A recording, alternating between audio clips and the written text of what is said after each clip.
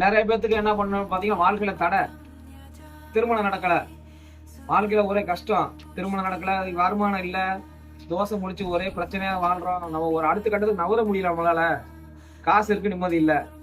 என்ன சில பேருக்கு காசுவே வரல, நிம்மதி இல்ல. அதனால சில பேருக்கு காசு இருக்கு, அதனால நிம்மதி இல்ல. காசு ரெண்டுமே பண்ணும், நிம்மதியை கெடுக்கும், நிம்மதி வர வைக்கும். சரிங்களா? அந்த மாதிரி பிரச்சனை. திருமணம் நடக்கல, வயசு ஏஜ் ஆகிட்டே இருக்கு, என்ன குலதெய்வம் சாவங்கிறாங்க, கோவங்கிறாங்க, அப்படிங்கிறாங்க, இப்படிங்கிறாங்க. அந்த மாதிரி பிரச்சனை நிறைய பிரச்சனை இருக்கு. அப்படின்னா நீங்க ராமேஸ்வரம் தான் போயிடும். என்ன சாமி, ஜாதகம்னு வந்தாவே தோஷம் தான். புரியுங்களா? ஜாதகம் வந்துட்டாவே தோஷம் தான் சொல்லுவாங்க. ஆமா, புரியுதா? அப்ப நம்ம என்ன பண்ணலாம், அப்பேற்பட்டவங்க என்ன பண்ணலாம், நேரா ராமேஸ்வரம் போயிட வேண்டியதான். போவையில 1 கிலோ என்ன பண்ணணும், 1 கிலோ விபூதி, 1 கிலோ வில்வ இலை, 1 கிலோ நல்ல இது இருப்பெண்ணெய், ஒரு 108 அகல் விளக்கு எல்லாம் எடுத்துட்டு போய் என்ன பண்ணோம், ஃபர்ஸ்ட் போய் கடல்ல நீங்க என்ன பண்ணோம், குளிக்கிறதுக்கு முன்னாடி படியாரலிங்க பூஜை பார்க்கணும். படியாரலிங்க பூஜை நான் சொல்றேன், புரியுங்களா? 5 to 6 காட்டுறாங்க. அது இப்ப 200 ரூபாய் அதிகால. அப்ப வடநாட்டுக்காரங்க பூரா அதை கரெக்டா பார்ப்பாங்க, நம்ம செய்யறது கிடையாது. சரிங்களா? அந்த படியாரலிங்க பூஜை என்ன பண்றீங்க பாக்குறீங்க.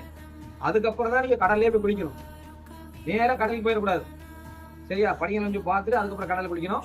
கடல்ல குளிச்சுட்டு அதுக்கப்புறம் அந்த தீர்த்தம் கிணறு இருக்குல்ல, அந்த கிணத்துல போய் நீராடிட்டு ட்ரெஸ் எல்லாம் சேஞ்ச் பண்ணிட்டு சிவபெருமானை போய் வணங்குங்க.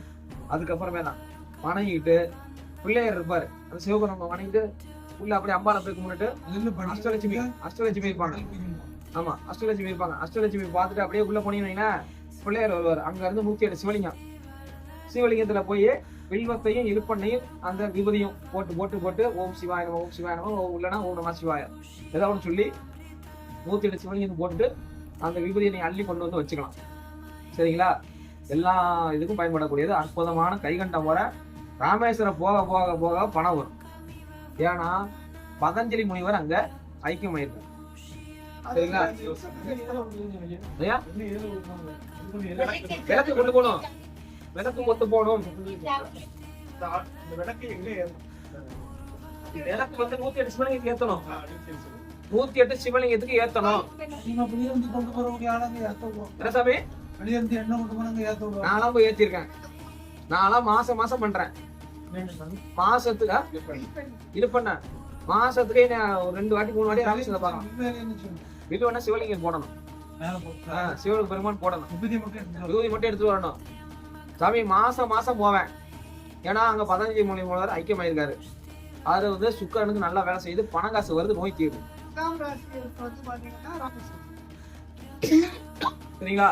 அது மாதிரி ஃபாலோ பண்ணி அற்புதமான பரிகாரம்.